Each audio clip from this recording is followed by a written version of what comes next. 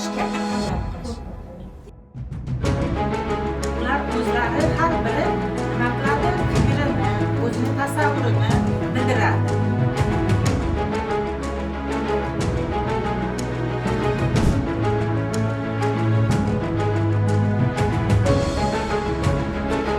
Bugungi jarayonda biz mahorat kuni darslarida ishtirok etyapmiz. Ushbu jarayon albatta biz metodistlarga juda ham foydali va zavqli.